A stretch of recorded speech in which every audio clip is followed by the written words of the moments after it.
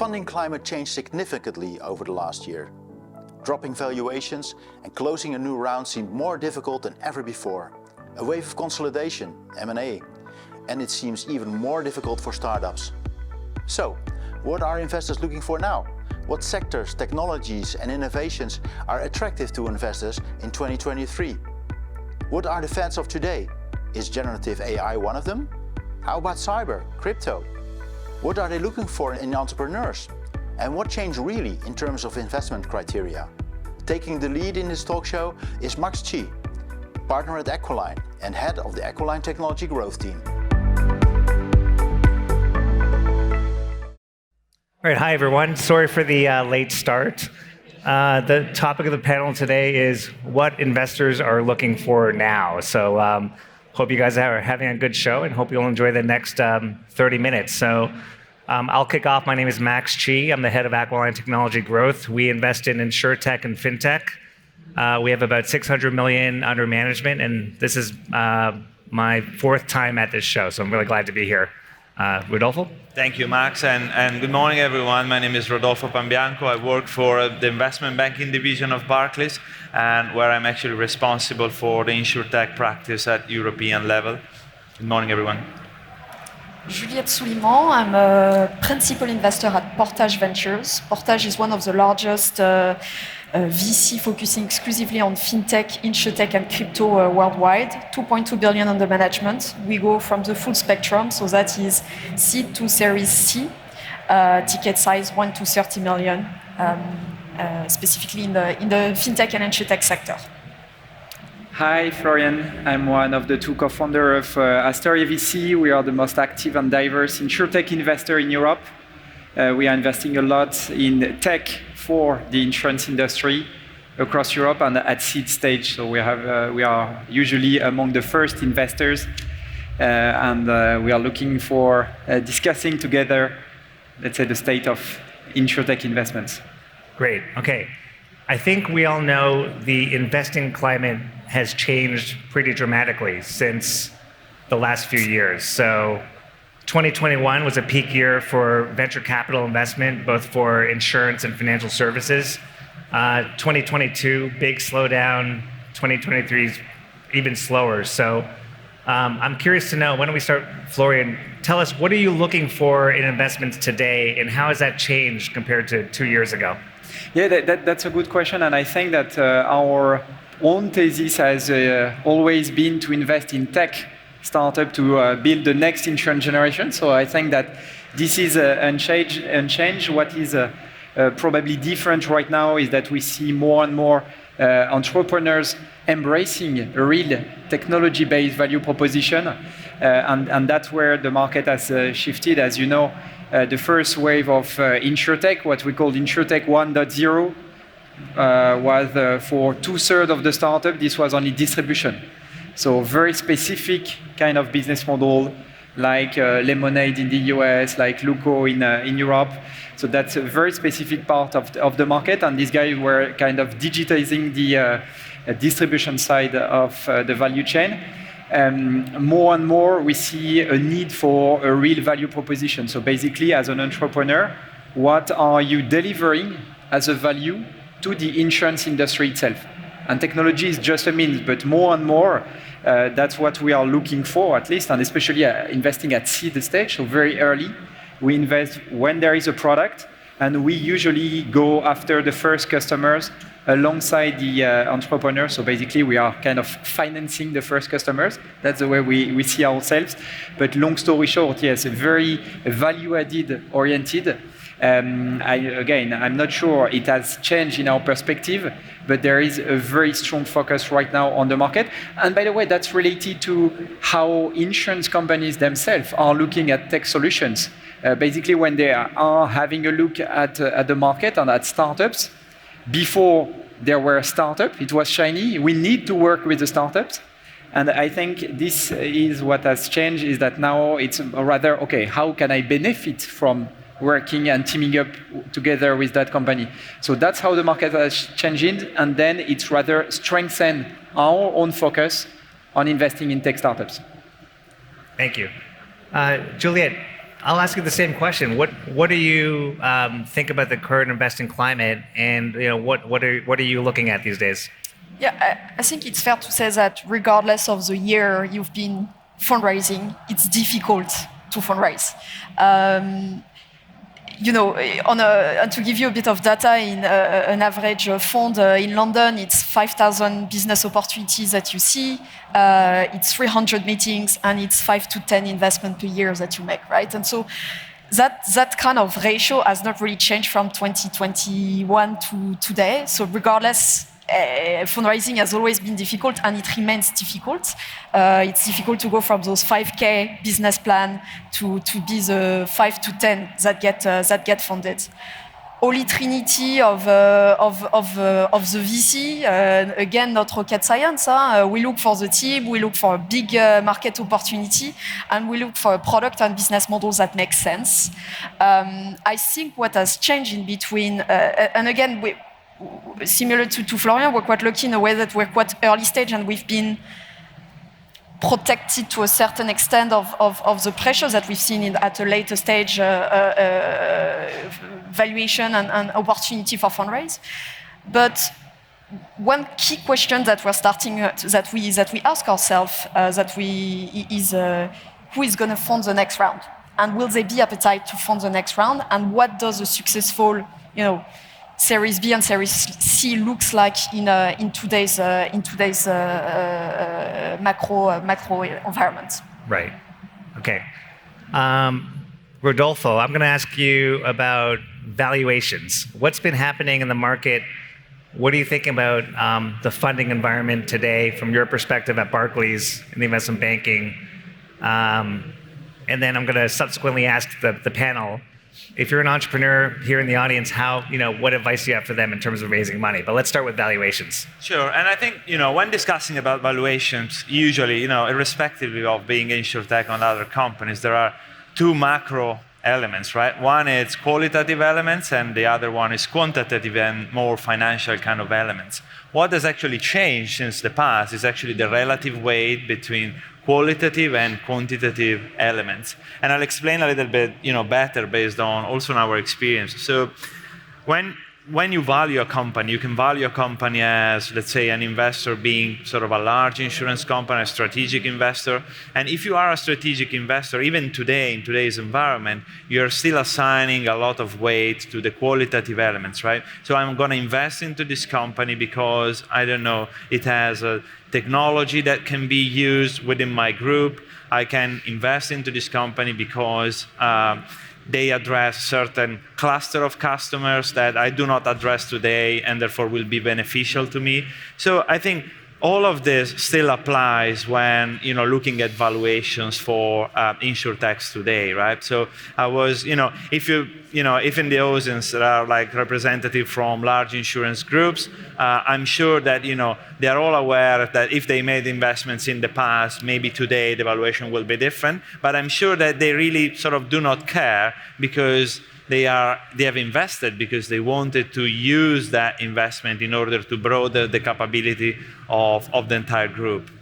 While if you are more a financial investor and trying to value a company, what has actually changed today is that the weight on qualitative element is almost zero, or at least very, very low. And there is now a lot of weight on the quantitative and financial elements. So while in the past, say 2020, 2021, clearly, I'm sure if you were going to fundraise, you were asked about a business plan, but there was given not much weight to that, but more on the fact that you were growing fast, you were about to disrupt the industry, you were promising, superior underwriting capabilities, etc.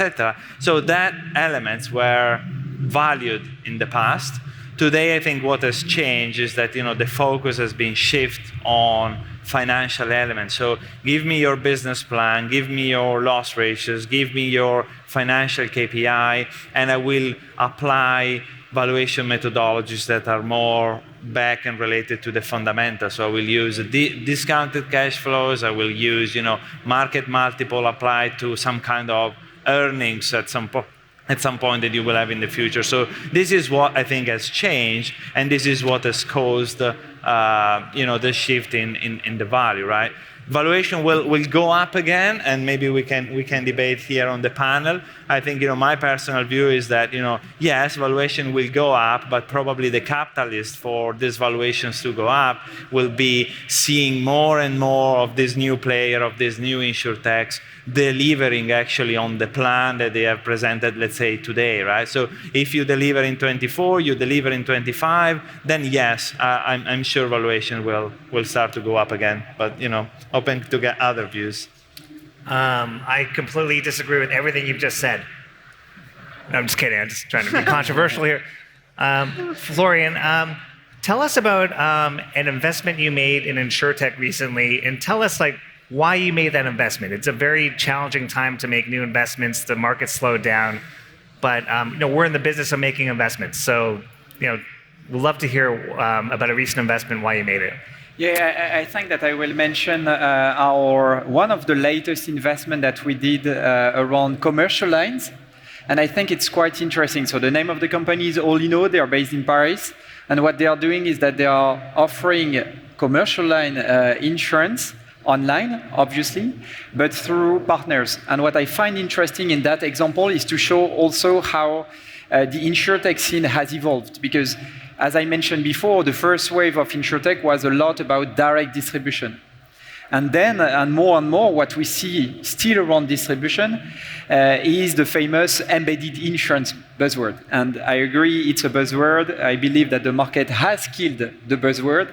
Nevertheless, that's a real business opportunity. And the rationale behind is that in that space, for instance, so selling insurance to SMEs, you see that you have a lot of tech tools, so cash management, HR solutions, neobanks. All these tools are leveraged by SME right now, meaning that these tools have already a lot of customers. And what Olino, for instance, is providing is just adding a simple button to say, okay, I want to get my insurance quote. So for the best example that we have is think about your neobank as a CEO of a company or of a fund. We obviously have this kind of online banking, but again, cash management or any admin tool online is a good example. And imagine that you could purchase whatever the need of your insurance you have, you can purchase it very quickly, very simply with just a button. It's very easy in terms of user experience. It makes a lot of sense as the end customer because it's very convenient. You already trust the platform. You are already leveraging that tool on a daily basis. You just want to have a single button there. On the other hand, that requires the startup not to promote its solution on social networks or in the subway, having billboards and advertise. No, you need to have a real tech infrastructure to connect the platform on one end, understand who is the customer that you have in front of you, and then plug the right insurance product. And through this example, what I'd like to highlight is that first, it's tech-based. It's indeed digitizing the process, but most interestingly, and back to the value added I mentioned before, it reduces the cost of acquisition for the insurance company. And that's a real pain point that the industry has. And that's where technology could be helpful. So again, that's not the latest deal that we did. Nevertheless, I believe this is a great example to show how technology could really benefit the insurance industry by, in that case, reducing the cost of acquisition through digitization. Right. I think we're seeing a lot more of that, more practical applications of technology to reduce costs, improve efficiency, productivity, et cetera. Julia, do you want to tell us about a recent deal you've done? So, I mean, same story, really, digitalization of the insurance process. Our latest deal in InsurTech was in a couple of months ago in the US. We did Angle Health, which is a full-stack carrier health that sells to employer to offer medical insurance to employee.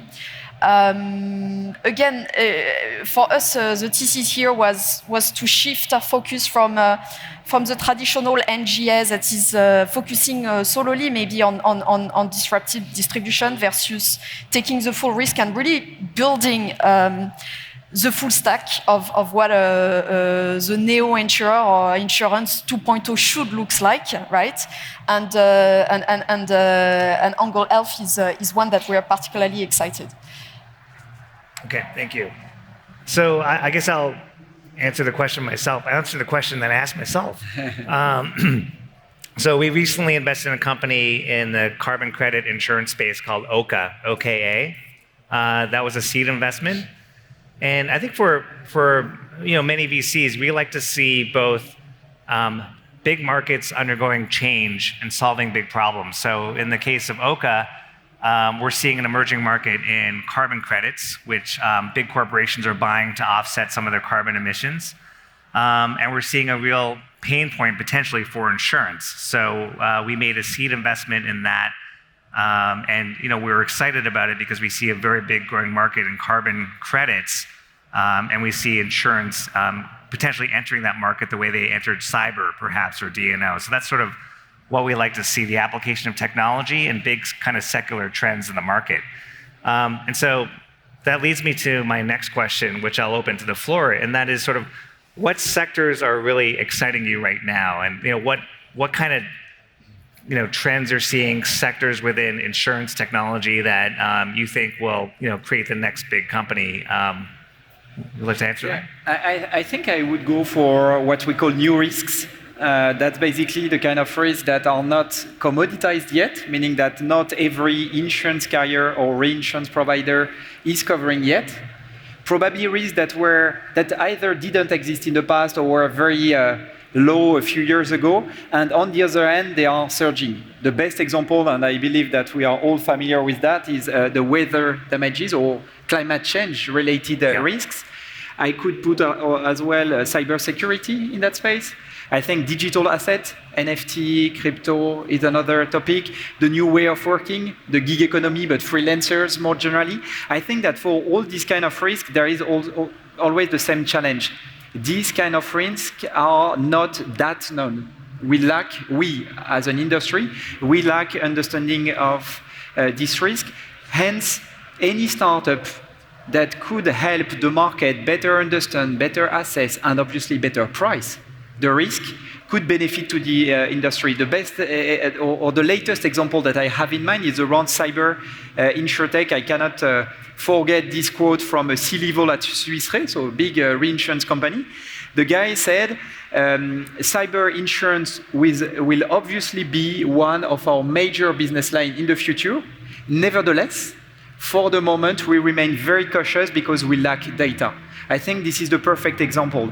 And that's what we see even at early stage. We see a lot of insurtech startups trying to address that cybersecurity risk. The reality is that there is a lack of capacity on the market. But there is a lack of capacity not because financial players lack balance sheet. That's not the case. But they lack understanding of that risk. Same in the US. Look, in California, State Farm, the biggest home insurance carrier, left the market because they were not allowed, let's say, to increase the price. But I believe it shows something. We need to think differently to assess these climate risks, weather damages, etc. So that's where we need to spot new data sets. We need to get sense of this data through algorithms. That's where I believe insurtech startups have an unfair advantage because they can attract and keep talents. And then ultimately, insurance companies or reinsurance companies will provide capacity. But it's the three pillars that you need to have: new data set, algorithms, that's on the startup side, and insurance capacity, that's on the insurance side. That's another example, I believe, of InsurTech 2.0, which is basically not InsurTech against insurers, but rather working together. And to me, a new risk is the best example of this kind of cooperation. Right. Got it. Thank you. Do you have any thoughts? Florian cut the grass under my feet here, but so us, I think we're really into three verticals at the moment. The number one is, I think we have an unfair positive bias toward full stack insurer versus an MGA. We are quite lucky to be quite comfortable with the capital requirements that is under those type of business model, and we do believe that building from the get-go, because it's always the case that a lot of startups would start NG and then eventually transition to full stack, right? But from the get-go, I think that if you're managing to bring the right team, the right technology, and the very right understanding of the full stack insurer, we're quite bullish on those business models across all vertical. Then I guess the two ones that I love to make investments is definitely cybersecurity. I do think that nobody really has cracked down the pricing of this one. There is this challenge around capacities that I think is a bottleneck today for investors to truly deploy a lot of capital. And then maybe slightly controversial on the counter market, but a crypto insurance we would do as well, which is kind of cyber, to be fair, but would love to find a crypto insurance as well. Great, thank you. Rodolfo, do you have? I can probably take it from, I usually interact with a lot of investors, right? So I think from my perspective, the more I've been asked, let's say, in terms of what's available, we are interested in. I think for sure cybersecurity comes up like always at the top. I think the second one is everything that today we call like embedded insurance. So anything that is a little bit more indirect in terms of distribution that is proven to be sort of a more sustainable kind of business model. And then I think the third bucket where I actually see probably less interest from the broad community, but more interest from specialized player, like you, Juliette, for example, you mentioned like full stack carrier has become a little bit more sort of a black and white kind of investment. Either you love it because you understand it and you see the value in what they do, or either you say, I don't want to get in trouble with like, underwriting risk, capital requirements, regulated entities, etc. And the second one is, again, another that is more sort of a black and white is D2C. So everything that is direct to customer in the past was really like, the key themes of InsurTech 1.0. Now it's more like, everyone is a little bit more disciplined about direct to customer. And whenever we see investor investing in D2C kind of businesses, they do a lot of due diligence on what is, unit economics. Is this really a sustainable plan? You're showing to me a sort of a path to profitability, but will you ever get there, right? So that's what we see in direct to customer that we were not seeing previously. Great. Just a show of hands, how many entrepreneurs are in the audience? If you could just raise your hand. Okay. There's a few here. So question, these entrepreneurs probably want to know, how are they going to get money from you? What are you going to what's it going to take, guys? Come on. Yeah. So as you may have understood, if you're building something based on technology, you might be interesting for us. And I believe that beyond that tech kind of focus / obsession, I believe that one part of the key success or the most successful InsurTech startup that we see on the ground have the perfect balance between this kind of tech and product background and insurance connection. Because what still surprised me after 8 years in InsurTech is how slow the sales cycle are. I think, and for those investing in not only in insurance, but in other industry too, you might be surprised that if you are developing a B2B technology, for instance, it could take up to 18, 24 months to sell to a corporate. So it's a nightmare, but that's fine. We are there again to finance this sales cycle. And what is interesting is, on the other hand, as soon as you sign a contract, you can get a lot of money from this incumbent as long as you have the right technology. But if you have also the insurance knowledge and the insurance connection, probably you can accelerate that sales process because you go directly to the decision maker. And it's exactly the same for full stack players because you know the regulator, or the other way around, the regulator knows you. Or it could be the same if you are doing direct distribution, or if you are an MGA, you can have an unfair access to capacity, which is still a challenge because already you have the connection with the market, so you know who you need to go to, and the other way around, people have a feedback on you, can trust you, hopefully. So that's what we are looking for, a tech-based solution, but with the right level of insurance background. Terrific. Great. We have a few more minutes, and I can't believe we haven't even talked yet about generative AI and ChatGPT and large language models. So if I'm an entrepreneur, shouldn't I just be adding that into my business plan, or what should I be doing about generative AI? Do you guys have any thoughts on that? I don't think I've seen a deck not mentioning AI in a long time in insurance. I think that, again, investors that truly do their due diligence will DD your tech, and hence you need to be very careful when you say that you're using AI if you're not truly using AI. The insurtech space, it's such a data-driven world that AI and ML and what you're doing with your data you need to have a clear strategy here. So I would say that you need to be prepared to answer the question: are you using AI? How are you thinking about AI? And do you have a strategy around AI? Yeah.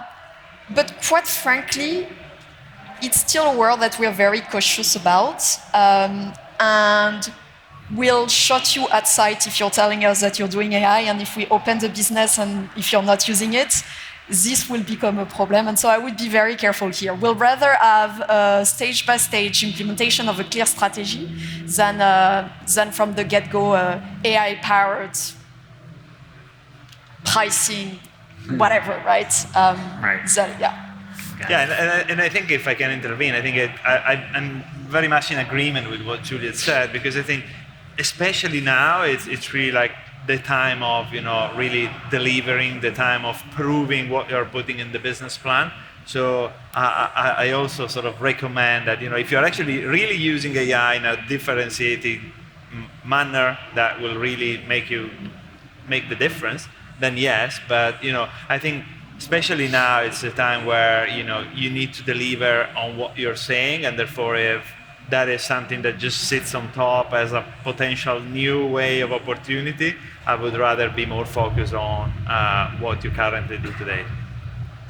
Great.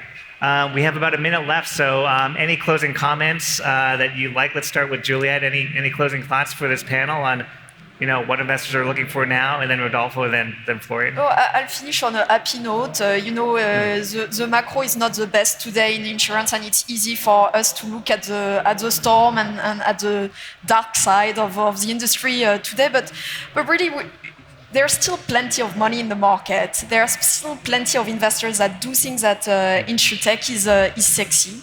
We're part of those type of investor. And we're deploying, and we're still excited about the space very much so. Yes.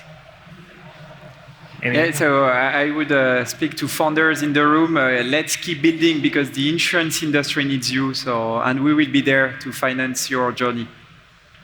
Yeah, from my side, I'd say we all should be excited about insurtech, right? So insurance is a huge market. It's like 7 trillion market globally, and I think differently from the banking industry that has been already changing with technology, I still see like a lot of room for insurance to change. It will take time. It will not be in a matter of days, but there is still plenty to do. So everything has a cycle, but I still believe that we all should be very excited about what we're doing here.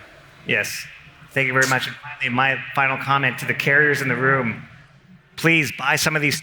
We need to recycle the capital so we can invest in more startups as well. So there are a lot of great companies here in the conference. Thank you very much. Really enjoyable panel. So thank you. Enjoy the rest of the show. All right.